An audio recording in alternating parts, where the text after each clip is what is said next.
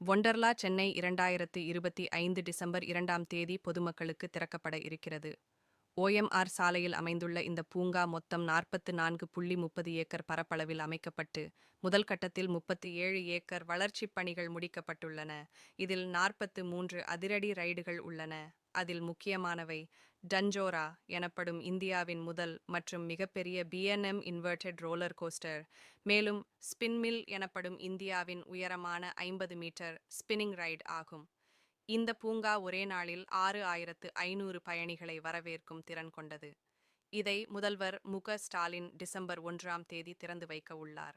மேலும் 540 metre நீளமுடைய sky rail monorail தரையிலிருந்து 12 metre உயரத்தில் வைக்கிங் வடிவமைப்பு கொண்ட கொண்டோலாக்களில் இருந்து அழகான பார்வையை வழங்கும். ஒண்டர்லா சென்னை தமிழர் பாரம்பரிய கட்டிடக்கலை மற்றும் நவீன பொழுதுபோக்கு வடிவமைப்பின் கலவையாக அமைந்துள்ளது.